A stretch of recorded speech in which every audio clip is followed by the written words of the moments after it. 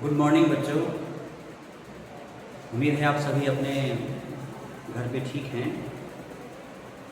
जैसा कि हम लोग क्लास 5th के साइंस में चैप्टर जो पढ़ रहे हैं, चैप्टर नंबर 3 पढ़ रहे हैं। क्योंकि गर्मी ज़्यादा पड़ रही है इसलिए फ़िज़िकल जो क्लासेस है उसको सस्पेंड रखा गया है और ऑनलाइन के माध्यम से ही हम लोगों को अपना सिलेबस जो है आगे लेके चलना है, कंप्लीट करना है। इसलिए चैप्टर नंबर 3 का जो माइंडफुल ईटिंग चैप्टर है हमारा, उसमें मैंने पिछली बार जब क्लास हमारी हुई थी उसमें ऑनलाइन में, तो मैंने आपको कंपोनेंट्स फूड्स के बारे में बताया था। कंपोनेंट फूड में कार्बोहाइड्रेट को मैंने डिस्कस कर लिया था और उसके बाद मेजर कंपोनेंट्स की अगर बात करते हैं तो मेजर कंपोनेंट्स में carbohydrate, protein, fats, vitamins, minerals, इन सब की बात आती है। उसी में आगे अगर देखें तो हमने कार्बोहाइड्रेट को टोटली क्या किया था, एक्सप्लोर किया था कि कार्बोहाइड्रेट क्या होता है। और कार्बोहाइड्रेट में हमने देखा था कि वो क्या है, एक एनर्जी गिविंग फूड है और यह एनर्जी प्रोवाइड करता है। कार्बोहाइड्रेट में भी एनर्जी सोर्स के रूप में हम लोगों ने देखा था कि फैट जो है वो भी क्या है, एनर्जी प्रोवाइडर है। तो आज कंपोनेंट्स फूड्स में हम लोग फैट को क्या करेंगे, एक्सप्लोर करेंगे, फैट्स को देखेंगे। तो फिर आइए शुरू करते हैं अपना इस चैप्टर का। जो आज का टॉपिक है हमारा वो components food chapter, components food में फैट ही है। फैट के बारे में थोड़ा सा हम लोग जानेंगे क्योंकि आर के सिलेबस को भी यहाँ पे हमें ध्यान में रखना है, इसलिए इनको थोड़ा सा एक्सप्लेन करना ज़्यादा सही होगा। नहीं तो नॉर्मली तो हम लोग ऐसे क्लास में जो है जान ही चुके हैं कि जो कार्बोहाइड्रेट और फैट होते हैं दोनों क्या होते हैं, एनर्जी प्रोवाइडर होते हैं।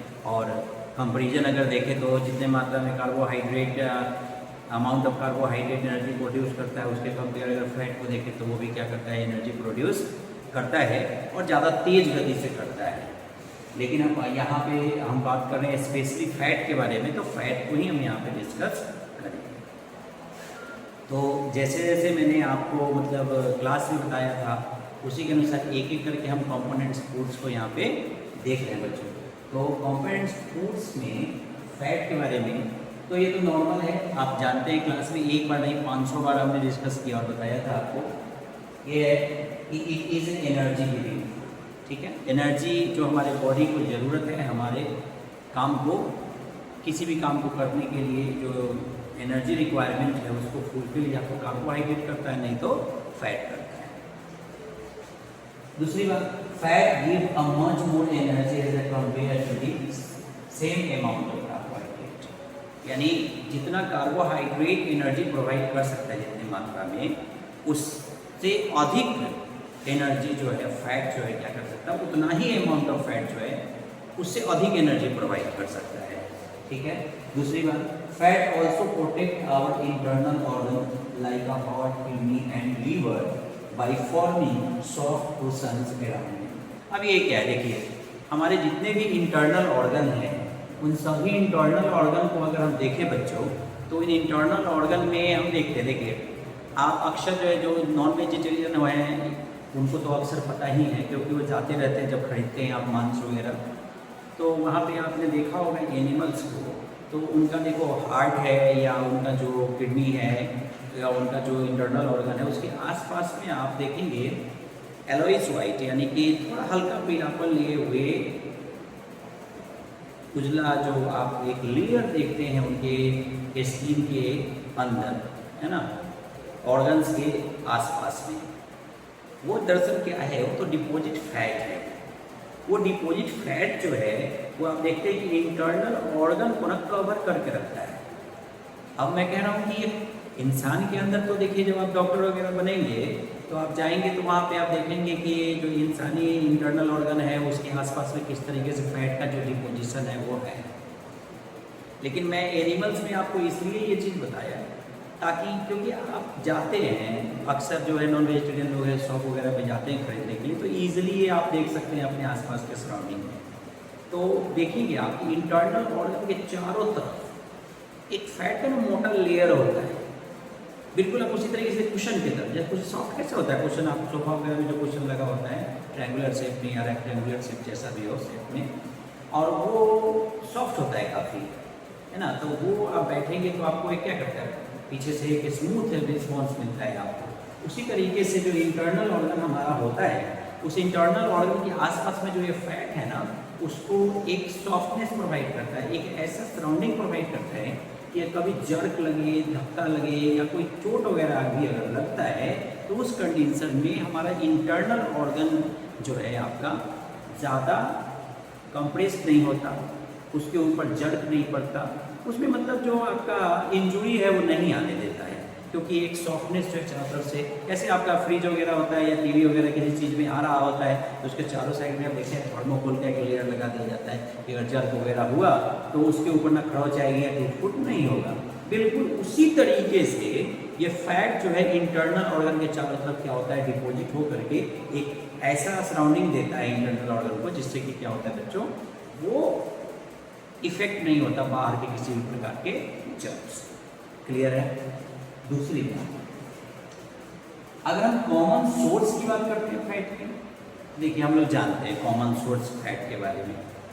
नॉर्मली हम लोग घर में क्या करते हैं, तेल खाते हैं ना, मस्टर्ड ऑयल, घी खाते हैं, है ना, बटर खाते हैं, ये सभी चीज़ें बच्चों हम लोग खाते हैं, तो ये सभी तो सोर्स है ही फैट का, है ना। लेकिन यहाँ पे जो हम लोग बात कर रहे हैं कॉमन सोर्स ऑफ फैट में, तो fat are derived from both plant and animals. तो यहाँ पे सोर्स की बात करें, देखो फैट का सोर्स जो है आपका प्लांट भी है बच्चों और एनिमल भी है, दोनों है, ठीक है। जैसे प्लांट्स में अगर देखें हम तो नट्स हो गया, है ना, नट्स में से ग्राउंड नट, है ना, मूंगफली आपने देखा होगा, नॉर्मल बच्चे मूंगफली खाते हैं, हमारे यहाँ अक्सर बिहार में उसको बादाम कह देते हैं, लेकिन बादाम होता नहीं, वो होता मूंगफली। Ground nuts, walnuts, coconuts and almonds, है ना, ये सभी जो है क्या है आपके ऐसे हैं जिनके अंदर फैट क्या होता है, अगर हम इनको कंज्यूम करते हैं तो हमारी फैट की रिक्वायरमेंट जो हमारे बॉडी के लिए है वो पूरा हो जाता है। दूसरी तरफ अगर हम बात करते हैं सीड्स के रूप में, तो सीड के अंदर भी जो है फैट का डिपोजिशन होता है और फैट वहाँ से हमें मिलता है। सीड के रूप में देखिए अगर, तो आप देखिए पंपकिन सीड जो है उसके अंदर भी फैट होता है। ऐसे देखते हो, कहते हैं कि ऐसे आप एक पंपकिन सीड बनेंगे, उसको थोड़ा सा प्रेसराइज करेंगे तो उसके ऊपर चिकनाई होती है, फिसल के दूर जाके गिरता है, फैट होता है उसके अंदर, ठीक है। सनफ्लावर सीड है, आप सनफ्लावर ऑयल भी आजकल जो है बहुत लोग जो है यूज कर रहे हैं, क्यों, क्योंकि समझते हैं जैसे कंपेरिजन ऑफ रिफाइंड ऑयल की जगह पे देखेंगे सनफ्लावर ऑयल पतंजलि वगैरह का जो है आपको मिलता है, देखेंगे ये क्यों है, तो ये सभी फैट के सोर्स है ना, तो इनको हम कंज्यूम लोग करते हैं। एनिमल सोर्स के रूप में देखते हैं, हमारे घर में घी वगैरह जो है वो यूज होता है, वो एनिमल सोर्स है, ठीक है। बटर का यूज होता है, ये भी क्या है, एनिमल से ही। यानी डेयरी प्रोडक्ट जो आपका है वो नॉर्मली उसके अंदर जो फैट है वो फैट आपका एनिमल सोर्स है, एनिमल से सोर्स किया हुआ फैट है उसके अंदर, ठीक है। लेकिन अब यहाँ पे ना ये प्लांट और एनिमल उसको अगर देखते हैं तो यहाँ पे एक बात क्लियर हो रही है, वो ये हो रही है कि जो फैट है वो अलग अलग तरह का है। तो अलग अलग तरह का क्या है, तो यहाँ पे ध्यान देने वाली बात है बच्चों, वो ये है कि क्या फैट के भी टाइप्स होते हैं? यस माय डियर, फैट्स के भी टाइप्स होते हैं। फैट दो तरह का होता है, एक होता है आपका सैचुरेटेड फैट और दूसरा होता है अनसैचुरेटेड फैट, ठीक है बच्चों। तो सैचुरेटेड फैट क्या है और अनसैचुरेटेड फैट क्या है, ये जानना आपके लिए बहुत जरूरी है। आइए देखते हैं। सैचुरेटेड फैट की अगर हम बात करते हैं बच्चों, तो सैचुरेटेड फैट जो है ना, इसे नॉर्मल देखिए पहचानने का सबसे आसान तरीका इसका है कि कौन सा फैट जो है सैचुरेटेड है और कौन सा जो है अनसैचुरेटेड फैट है। तो नॉर्मल है, देखो रूम टेम्परेचर पे जो जम गया है ना, सॉलिडिफाई हो गया हुआ है बेटा, वो सैचुरेटेड फैट है, कंप्लीट, है ना। वो जैसे आप घी की अगर बात करते हैं, रूम टेम्परेचर पर रख के देखो घी कैसा होता है, सॉलिडिफाई हो जाता है। अभी गर्मी के मौसम में आप देखोगे रूम टेम्परेचर थोड़ा ज़्यादा टेम्परेचर है तो आप देखोगे लिक्विड में थोड़ा सा ऊपर का रहेगा, लेकिन बाकी जो है उसी तरह से जमा हुआ रहता है। तो रूम टेम्परेचर पर जो फैट सॉलिडिफाई हो गया है वो सैचुरेटेड है, ठीक है। तो रूम टेम्परेचर पर सॉलिडिफाई हो जाता है। दूसरी बात, it is a type of fat in which the fatty acid chain have a single bond between the carbon atoms. अब दूसरी बात, जो इनका स्ट्रक्चर होता है इस फैट का, सैचुरेटेड फैट का जो स्ट्रक्चर है बच्चों, उसको आप देखेंगे तो ये इसका जो फैटी एसिड का जो चेन होता है, ये फैटी एसिड का चेन आप देखेंगे कि इसके बीच में ना अंदर जो बॉन्डिंग है, इन बॉन्ड में ना आपका सिंगल बॉन्ड पाया जाता है। Single bond between carbon atom, carbon atom के बीच में सिंगल आपको जो है बॉन्ड देखने को मिलेगा। बॉन्ड के जैसे देखिए ये कार्बन कार्बन जो है इसे जुड़ा हुआ है ना, तो कार्बन और कार्बन के बीच में यहाँ पे जो ये देख रहे हैं इसी को बॉन्ड कहते हैं। क्या कहते हैं इसको? बॉन्ड कहते हैं। और यही बॉन्ड जो है ना आप देखेंगे उसके फैट में जो फैटी एसिड का जो आपका चैन स्ट्रक्चर होता है, उस चैन स्ट्रक्चर में आप देखेंगे सिंगल बॉन्ड्स में वो मिलेगा। ठीक है। दूसरी बात, it is saturated with the hydrogen molecules. दूसरा, हाइड्रोजन पाया जाएगा, है ना। सैचुरेटेड फैट में जो होता है क्या होता है, हाइड्रोजन मॉलिक्यूल्स जो होते हैं वो पाए जाते हैं, उससे सैचुरेटेड रहता है ये। ठीक है, hydrogen molecule. They have a state rigid chemical structure. इसके पास क्या होता है, रिजिड, है ना, रिजिड होगा और स्टेट आपका जो होगा केमिकल स्ट्रक्चर इसका होता है ना।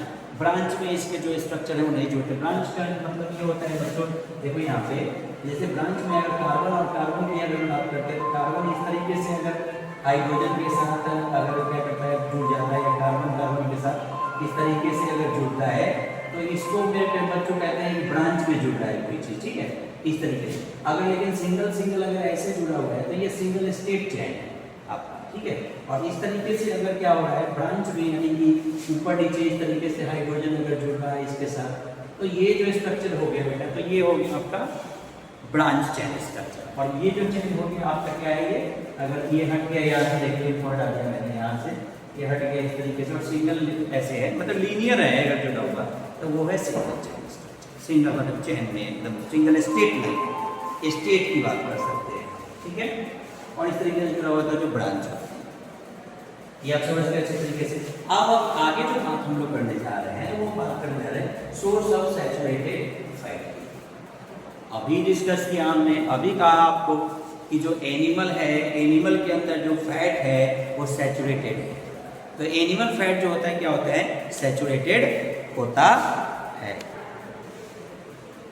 बच्चों। तो फिर अब बात करते हैं हम लोग इसके सोर्स के बारे में। तो सोर्स के बारे में जैसे कि मैंने आपको बताया कि इसका सोर्स जो है एनिमल है ना। एनिमल में डिपोजिटेड फैट जो आप देखते हैं वो क्या होता है, सैचुरेटेड फैट होता है।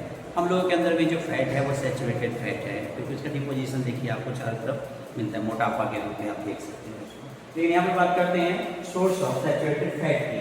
तो एनिमल और प्लांट जो है दोनों जो है सैचुरेटेड फैट का क्या है बेटा, एग्जाम्पल सेट करता है। तो कैसे, एनिमल में देखते हैं बीफ हो गया, है ना, काउ मीट्स, है ना, लैम्ब, पोर्क, ये सभी के जो मीट्स हैं इन सभी के अंदर पाया जाने वाला फैट जो होता है वो सैचुरेटेड फैट होता है ना।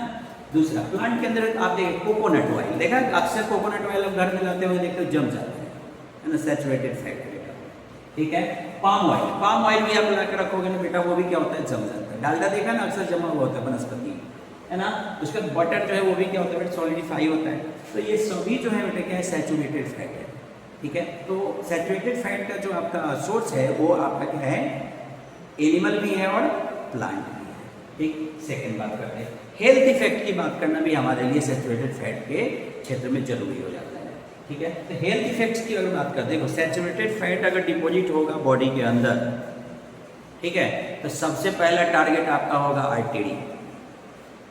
आर्टरी जो होता है बेटा, आर्टरी का देखेंगे आप, हमने क्लास में बताया नहीं था आपको, मुझे याद आ रहा है कि देखो ये आर्टरी है इस तरीके से। एक हमारा जो ये देख रहे हैं आप, ये इसमें जो ग्रीन ग्रीन आपको दिखता है पतला पतला धागा जैसे संरचना, वो हमारा वेन है। ठीक है, और ऐसे आप बीच में देखेंगे यहाँ पर ये मोटा जो दिख रहा है आपको, ये आर्टरी है हमारा। उसी तरीके से आर्टरी जो है हमारे हार्ट की तरफ भी है ना। आपको बताया था कि मुझे याद है कि सर कैसे देखते ब्लड वाले में जब हम लोग डिस्कस कर रहे थे तो मैंने बताया था आपको कि ब्लड जो है हमारा, तो उसमें आर्टरी और वेन का जिक्र किया था, जिसमें ऑक्सीजनेटेड ब्लड के बारे में बात हो रही थी हमारी और डीऑक्सीजनेटेड ब्लड के बारे में बात हो रही थी। तो उसमें मैंने आपको बताया था कि बेटा ऑक्सीजनेटेड ब्लड जो होता है वो आर्टरी में होता है और डीऑक्सीजनेटेड ब्लड जो होता है हमारा वेन में होता है। उसके बाद हमने एक्सेप्शनल केस भी आपको उसमें समझाया था, मुझे याद आ रहा है जहाँ तक कि मैंने कहा था कि जो पुल्मोनरी आर्टरी होता है और पुल्मोनरी वेन होता है, ये दोनों एक्सेप्शन है, क्योंकि अपने नेचर के अकॉर्डिंग वेन के अंदर ऑक्सीजनेटेड ब्लड नहीं होना चाहिए, लेकिन पुल्मोनरी वेन जो होता है उसके अंदर बेटा क्या होता है, ऑक्सीजनेटेड ब्लड जो है वो होता है। और आपका पुल्मोनरी आर्टरी एक ऐसा भी है जिसमें कि ऑक्सीजनेटेड ब्लड होना चाहिए लेकिन नहीं होता, उसमें क्या होता है, डीऑक्सीजनेटेड ब्लड होता है। तो ये एक्सेप्शनल है, लेकिन ऐसे नहीं होता। तो वही आर्टरी की बात यहाँ पे हो रही है, health effect of saturated fat में। तो इसमें आप नॉर्मली देखेंगे क्या बच्चों कि सैचुरेटेड फैट जो होता है can cause cholesterol to build up in your artery, यानी आर्टरी में जो है आपका कोलेस्ट्रॉल का डिपोजिशन जो है देखने को मिलेगा। यानी आप देख रहे हैं यहाँ पे ये जो लेयर यहाँ पे तो ये है, तो यहाँ पे बेटा यहाँ पे ये दोनों साइड देख लो, इसके अंदर ना क्या होगा, कोलेस्ट्रॉल का डिपोजिशन हो जाएगा, यानी फैट जो है सैचुरेटेड फैट जमा होगा, जिसके कारण क्या होता है बेटा, ये जो काम क्या है इसका, ब्लड को ट्रांसपोर्ट करने के लिए है ना, मीडियम प्रोवाइड कर रहा है।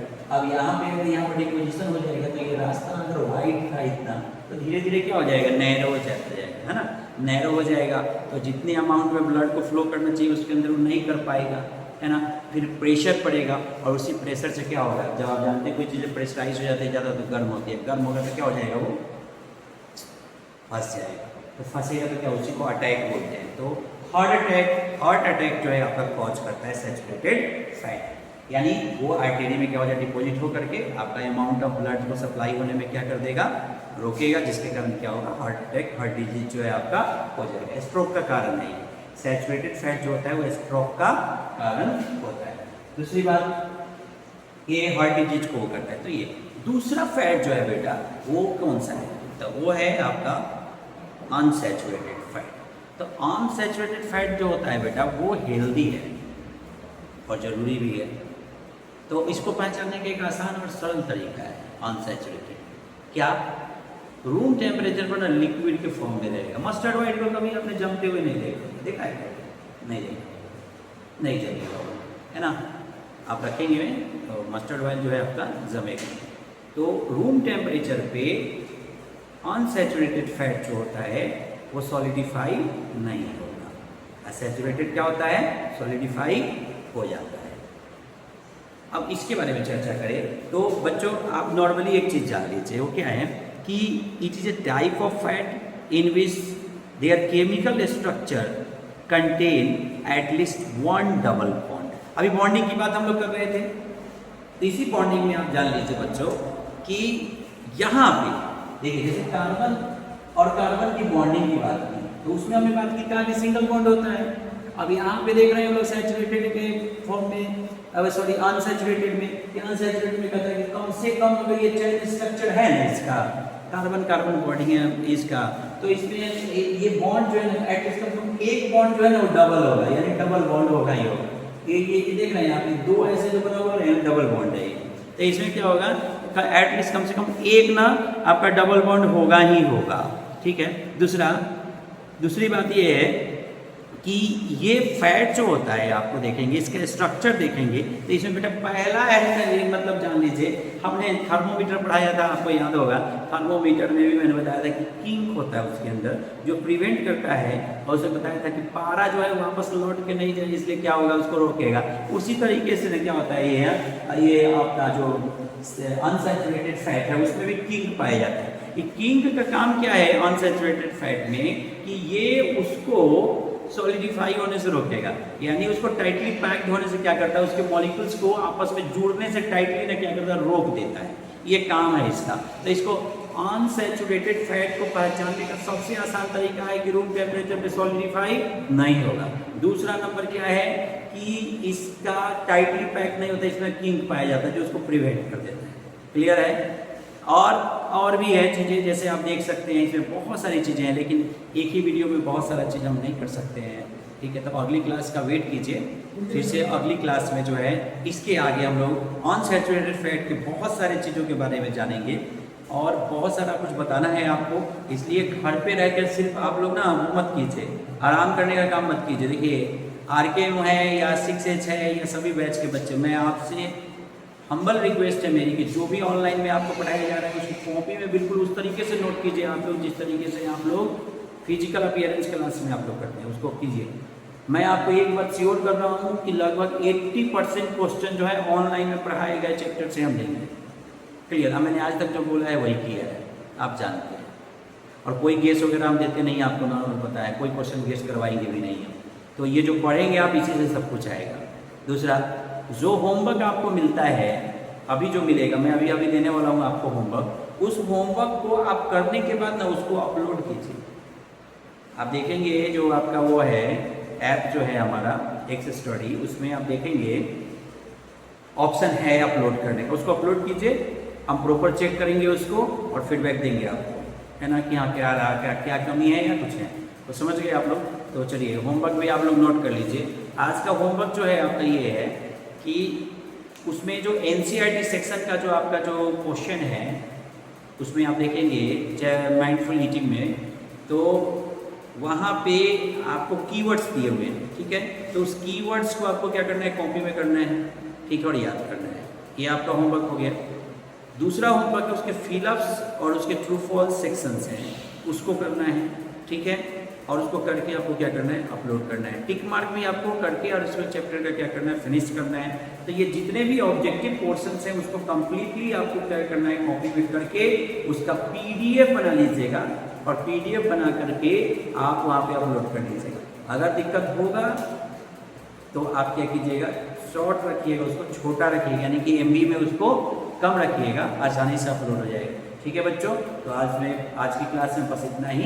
कल हम लोग बात करेंगे अनसैचुरेटेड फैट के बहुत सारी चीज़ों के बारे में। तब तक के लिए अपना ख्याल रखिए, अच्छे से रहिए।